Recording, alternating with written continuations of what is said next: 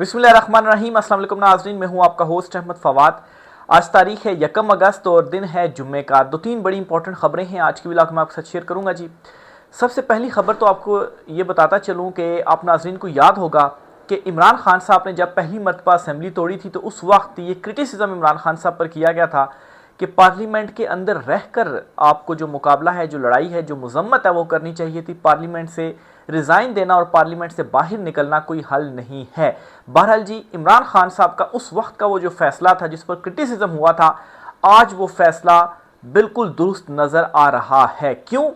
क्योंकि जो सज़ाएं हुई हैं जी पीटीआई के एमएनएज एमपीएस को 10-10 साल की जी, इन सज़ाओं के बाद अब नाअहलियों का सिलसिला शुरू होने जा रहा है और फिर इसके बाद पार्लियामेंट से भी पाकिस्तान तहरीक इंसाफ को निकाल दिया जाएगा। तो इमरान खान साहब को उस वक्त भी ये नज़र आ गया था और इमरान खान साहब ने जो एहतजाज का एक रास्ता चुना था वो इमरान खान साहब का रास्ता बिल्कुल दुरुस्त था। और ये ज़्यादातर लोग जिनको सज़ाएं हुई हैं ना, ये मुज़ाकराती ग्रुप था पीटीआई में, तो अब इनको भी समझ लग गई होगी कि अगर ये इमरान खान के नज़रिए पर चलते, इमरान खान साहब की बात मानते और एहतजाज का सिलसिला बरकरार रखते तो सज़ाएं तो तब भी होनी थी, सज़ाएं अब भी हुई हैं, एटलीस्ट वो प्रेशर मेंटेन रखते। बहरहाल इस पर कुछ एक्सक्लूसिव डिटेल्स हैं जी, आपके साथ में शेयर करूंगा कि अब मुक्तदरा का ताकतवर हलकों का नेक्स्ट प्लान क्या है, क्यों पीटीआई को असेंबलियों से वो निकालना चाहते हैं। दूसरी तरफ जी, एस्टेब्लिशमेंट पर भी जो प्रेशर है वो बढ़ाया जा रहा है। पाकिस्तान तहरीक इंसाफ जो है उनके लोगों को सज़ाएं तो हुई हैं, लेकिन अब जो लावा है वो फट गया है, अवाम भी निकलेगी। और बज़ाहिर तो ये जो सज़ाएं सुनाई गई हैं, ऐसा लगता है जी कि जो 5 अगस्त की तहरीक का ऐलान किया गया है, इनके चूँकि नाकाबिले वारंट गिरफ्तारी भी जारी हो चुके हैं तो शायद ये ना निकल सकें, लेकिन ये एक और इनका भी इम्तिहान होगा और अगर ये नहीं निकलते तो फिर ये भी पाकिस्तान तहरीक इंसाफ से फाइनल हो जाएंगे, इमरान खान के कागज़ों में ये भी फारिग हो जाएंगे। इस पर भी कुछ डिटेल्स आपके साथ में शेयर करूँगा जी।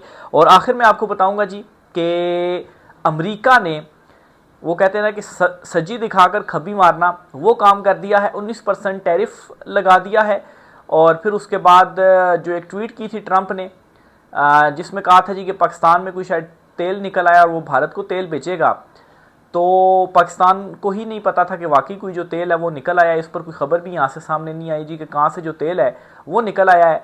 तो मसला असल में ये हुआ है कि तेल निकला नहीं है, बल्कि ट्रंप ने जो तेल है वो निकाल दिया है।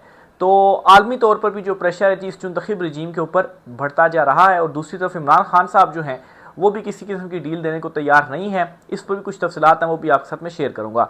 तो पहली खबर जी आपको बताता चलूँ जी कि पाकिस्तान तहरीक इंसाफ के दर्जनों, बल्कि 100 से तो ऊपर ही हो गए हैं, इन लोगों को सज़ाएं सुना दी गई हैं। में जो पाकिस्तान तहरीक इंसाफ के मेन रहनुमा हैं, MNAs MPS वगैरह, उनके अगर आपको नाम लूँ, जरताज गुल हो गए, शिबली फराज हो गए, शेख राशिद शफीक हो गए, इन तमाम को जो 10-10 साल की सज़ाएँ हैं वो हो गई हैं।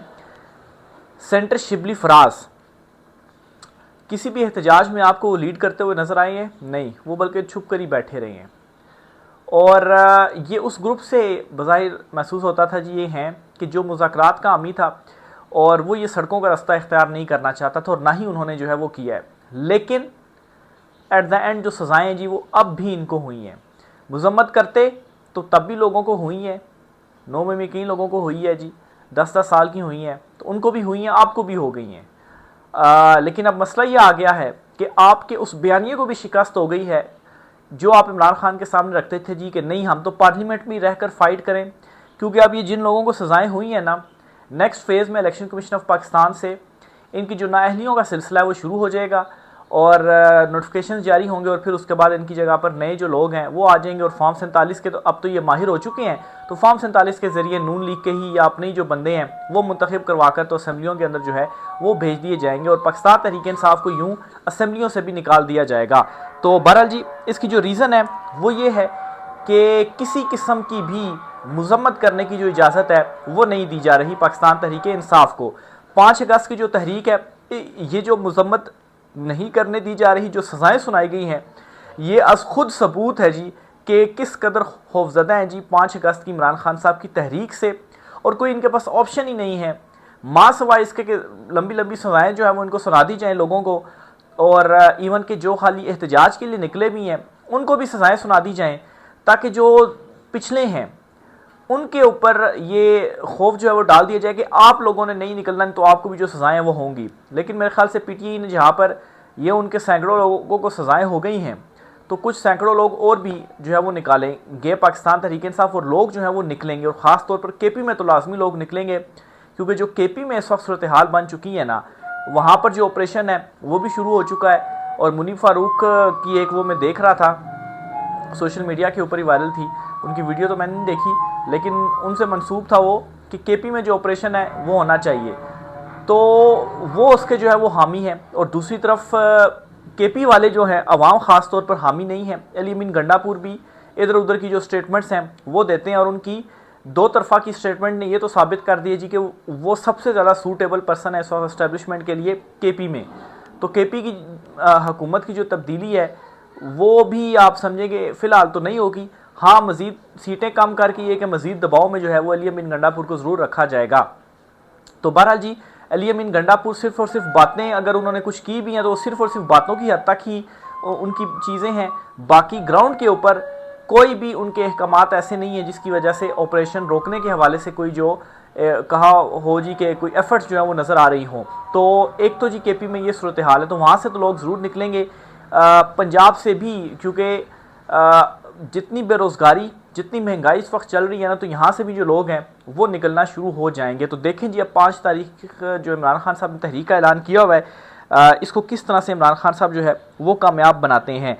बहरहाल जी, लावा फट रहा है, और इवन के एस्टेब्लिशमेंट के अंदर भी दो जो ग्रुप सामने आ गए हैं। एक ग्रुप तो कह रहा है जी कि इसको फ़ारग किया जाए, ना ये आलमी सतह पर हमारे लिए कुछ कर सके हैं, इतने नाअहल हैं, और इवन के इमरान खान के बयानी को भी ये काउंटर नहीं कर सके। तो एटलीस्ट ये सोच तो वहाँ पर डेवलप हो चुकी हुई है। और दूसरी तरफ जी, मोहम्मद ज़ुबैर साहब ये दावा करते हैं कि लावा फटने को है, जितना ज़्यादा लावा दबाएंगे वो इतना ही फटेगा, और जब वो सामने आएगा तो पाकिस्तान के लिए नुकसानदा होगा। ये बात बहुत शुरू मैंने की थी कि जब आप किसी को गुस्सा निकालने का मौका नहीं देते और उसको आप दबा देते हैं ना, तो वो गुस्सा असल में दबता तो है, लेकिन वो स्प्रिंग की मानद होता है, जितना आप उसको दबाएंगे वो उतना ही ज़ोर से जो है वो बाहर निकलेगा। तो जब आप एहतजाज करने की इजाज़त दे देते थे, एहतजाज होता था, लोग अपना गुस्सा निकालते थे, सोशल मीडिया पर वो बोल लेते थे, टीवी चैनल्स के ऊपर बोल लेते थे, तो अपना जो गुस्सा था वो निकाल लेते थे। गुस्सा निकालने से क्या होता था कि बहुत बड़ा कोई जो रद्द-ए-अमल है वो नहीं आता था। तो अब तो एहतजाज करने के लिए भी नहीं निकलने दिया जाता। ऐसे ही पीटीआई के झंडा किसी ने उठाया तो उसको जो है वो पकड़ लेंगे। महंगाई बेरोज़गारी के अगेंस्ट नहीं निकलने जो है वो आप दे रहे हैं।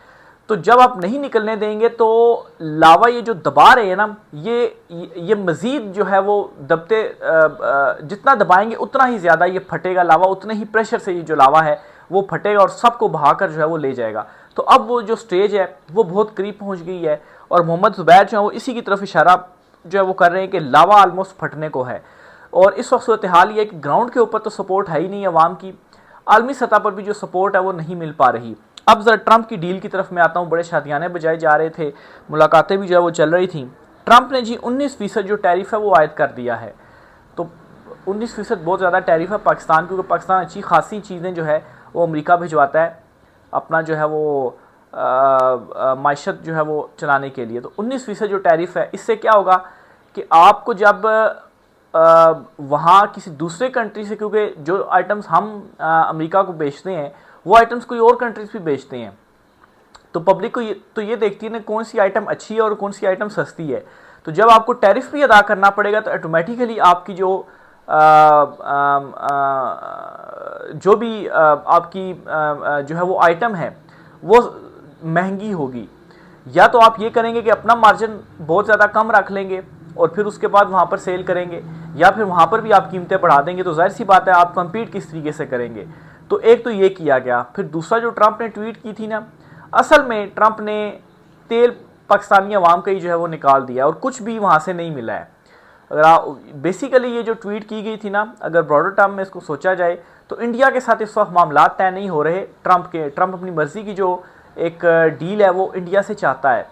तो ये जो पाकिस्तान के हवाले से वो ट्वीट्स वगैरह कर रहा है, इसका असल जो मकसद समझ में आता है ना, वो ये है कि भारत और ख़ास तौर मोदी जो है वो पाकिस्तान के ऊपर बड़ा तबता है और उसको इसी चीज़ का जो वोट है वो लेता भी है। तो जब पाकिस्तान को मिलाकर ये ट्वीट की जाती है पाकिस्तान भारत को तेल देगा, तो एक तरह से उसके ऊपर प्रेशर डालने की कोशिश है कि अब हम उसके करीब हो जाएंगे तो आप हमारी मर्ज़ी की जो डील है वो कर लो। तो बेसिकली इसके पीछे जो मकसद है वो ये नज़र आ रहा है। बाकी पाकिस्तान को इसमें फ़िलहाल कुछ भी नहीं मिल रहा, कोई तेल शेल जो है वो नहीं निकला, ये बस यूं ही एक छुरछुरी जो है वो छोड़ी गई है। नहीं तो तेल निकला है तो अभी तक यहाँ पर मीडिया ने सर उठा आसमां पर जो है वो उठा लेना था कि देखें ये जो तेल है वो हमें मिल गया, अब तो पाकिस्तान अमीर हो जाएगा।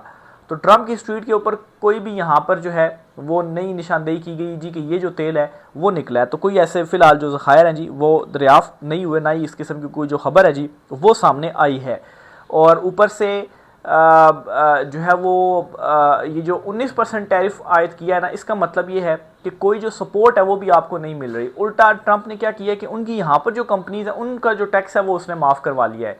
और आप इस सिचुएशन में है कि आप किसी भी चीज़ पर अमेरिका को ना नहीं कर सकते, क्योंकि अगर आप ना करते हैं, हल्का सा प्रेशर ही उधर से अगर आ जाना ना इमरान खान की रिहाई के लिए, तो इसका सूरत हाल ये कि खान साहब अगर रिहा हो गए तो फिर हम सारे जो है वो मारे जाएंगे। ये इस वक्त जो है वो सोच है, और उस सोच में फिर ये नहीं देखा जा रहा कि क्या है क्या नहीं है। बस किसी तरीके से इमरान खान बाहर ना आए और हमारा जो इक़्तिदार है ये बचा रहे, इससे सारी जो बातें हैं जी वो माननी है। लेकिन जैसा कि मोहम्मद ज़ुबैर साहब ने भी कहा कि जो लावा है वो फटने को है, और जैसा ये लावा फट गया ना तो आलमी सपोर्ट तो है ही नहीं, यहाँ से अवाम निकलेगी और उसके बाद ये लावा सबको बहाकर जो है वो ले जाएगा। जावेद हाशमी साहब है, उन्होंने एक खिताब किया है जी, और उन्होंने कहा है कि अपोजिशन की ऑल पार्टीज़ कॉन्फ्रेंस में बेसिकली उन्होंने एक खिताब किया है, जो फौजी हैं, जो जर्नेल हैं, ये सिविल सोसाइटी के नौकर हैं, you are servant of people, ये मेरे अल्फाज नहीं, ये कायद आज़म के अल्फाज हैं। तो यहाँ पर जी जर्नेलों के हवाले से जावेद हाशमी साहब जो हैं उनकी जानिब से जो गुफ्तगू है वो की गई है, और उनको बावर करवाया गया है कि अब भी वक्त है, आप जो है वो स्टेप बैक कर जाएँ, और जो जिसका हक़ है वो उसको मिलना चाहिए, मैंडेट जिसको अवाम ने दिया उसको मिलना चाहिए। नवाज़ शरीफ का एक जो माफ़ीनामा है वो काफ़ी ज़्यादा सर्कुलेट कर रहा है, मैं आपको उसकी जो पिक्चर है वो भी दिखा देता हूँ। ये ऊपर नवाज़ शरीफ की जो तस्वीर है वो आप देख रहे होंगे, और ये नीचे जो है ये नवाज़ शरीफ का माफ़ीनामा। ये बेसिकली जब नवाज़ शरीफ को अरेस्ट किया गया था ना मुशर्रफ एरा में, तो उस वक्त नवाज़ शरीफ का ये जो माफ़ीनामा है ना ये लिख कर दिया गया था, और उसके बाद ही जो जान थी वो नवाज़ शरीफ की छुट्टी थी, और फिर उसके बाद कोई एक डील हुई थी या मुआहदा हुआ था, और उसके तहत नवाज़ शरीफ को सऊदीया जो है वो भेज दिया गया था। तो बाद में जब नवाज़ शरीफ कुछ इनकारी हुए ना, तो ये जो माफ़ीनामा था ये फिर पब्लिक भी हो गया था, मुशर्रफ के टाइम की जो बात है। तो इस वक्त कोशिश यही की जा रही है और ख्वाहिशें यही हैं कि इमरान खान भी इस किस्म का जो माफ़ीनामा है वो दे दे। माफ़ीनामा आ जाता है, छोड़ तो देंगे हम इमरान खान को, क्यों? क्योंकि जिन लोगों ने पीटीआई से अलहदगी का भी इजहार किया था ना, जिनके ऊपर स्ट्रॉन्ग केसेस भी थे, उनमें से किसी को भी 9 मई में या इन केसेस के अंदर जो सज़ाएँ हैं वो नहीं हुई। और जिन्होंने अगर कुछ नहीं भी किया था ना, और वो लोग जो है वो पीटीआई से अलहदा नहीं हुए, तो ये उनको जो सज़ाएँ हैं जी वो सुना दी गई हैं। इवन के एक केस में देख रहा था कि फवाद चौधरी को उसमें बरी किया गया था, और उसमें जो गवाह था उस गवाह की गवाही को नहीं माना गया था, वो झूठी साबित हुई थी। लेकिन वही झूठा गवाह दूसरों के खिलाफ गवाही दे रहा है तो वो मान लिया गया, और जो गवाह झूठा साबित हो जाए फिर उसके अगेंस्ट भी कार्रवाई होनी चाहिए कि वो झूठी गवाही जो है वो क्यों दे रहा है। लेकिन ऐसा कुछ भी नहीं हुआ, और जाहिर सी बात है फवाद चौधरी ने प्रेस कॉन्फ्रेंस कर ली थी, और वो जो एक फ़िल्म थी उनकी कि हाई कोर्ट के बाहर से किस तरह से हाई कोर्ट के अंदर जो है वो भागे भागे वो दाखिल हुए हैं। तो फिर उसके बाद ही उन्होंने प्रेस कॉन्फ्रेंस, वो बल्कि शुरू में ही थे चंद लोगों में कि जिन्होंने फौरी तौर पर जो प्रेस कॉन्फ्रेंस है वो करके पीटीआई से अलहदगी का जो इजहार है जी वो कर लिया था। तो इस वजह से ये एक वजह है जी कि उनको फिर बल्कि इन सज़ाओं के बाद ये बताया गया कि जिन्होंने अलहदगी का इजहार कर लिया उनको कोई जो सज़ाएँ हैं जी वो नहीं मिली। तो इसी से आप अंदाज़ा लगा लें कि ये जो सज़ाएँ हैं ये कितनी ज़्यादा फेक हैं, और जैसी मेरिट के ऊपर अगर हाई कोर्ट्स में आगे केसेस सुने जाते हैं तो एक दो समातों के अंदर ही ये जो केसेस हैं वो उड़ जाने चाहिए। तो ये जी कुछ इंपॉर्टेंट डिटेल्स थी। आखिर में आपको बताता चलूँ कि 5 अगस्त को जो तहरीक इमरान खान साहब की चलने जा रही है, ये जो सज़ाएँ हुई हैं इनमें सिर्फ सज़ाएँ नहीं हुई बल्कि साथ ही जो है वो नाकाबिल ज़मानत वारंट गिरफ्तारी जो है वो भी जारी किए गए हैं, यानी कि जहाँ पर इनको देखा जाएगा फौरी तौर पर गिरफ़्तार कर लिया जाएगा और जेल में डाल दिया जाएगा। तो मेरे ख्याल से अब बहुत सारे लोग या MNAs MPs जो हैं वो इसी वजह से ही नहीं निकलेंगे कि उनके वारंट गिरफ्तारी जो है वो जारी हुए हुए हैं। और आज 1 अगस्त है, कल हफ्ता और इतवार छुट्टी है, 4 अगस्त मंडे को और 5 अगस्त मंगल को है। तो शायद इनकी हाई कोर्ट में अपीलों में भी जाते हैं, इतनी जल्दी जाया नहीं जाएगा और इतनी जल्दी इनकी अपीलें जो हैं वो लगेंगी भी नहीं। तो ये जो है वो एक तरह से अंडरग्राउंड ही रहेंगे, और इससे क्या होगा जी कि एक तरह से 5 अगस्त की तहरीक को सुकड़ने की भी ये जो कोशिश है वो है कि ना निकलेंगे लोग तो आम पब्लिक जो है वो किस तरह से निकलेगी। लेकिन मेरे ख्याल से ये फिर भी खाम ख्याली है क्योंकि ये लोग तो पहले ही नहीं निकलते थे, निकलती तो आम पब्लिक ही थी। राय का साथ कीजिएगा। आज की व्लॉग से इतना ही, इजाज़त दीजिए, अल्लाह हाफिज़।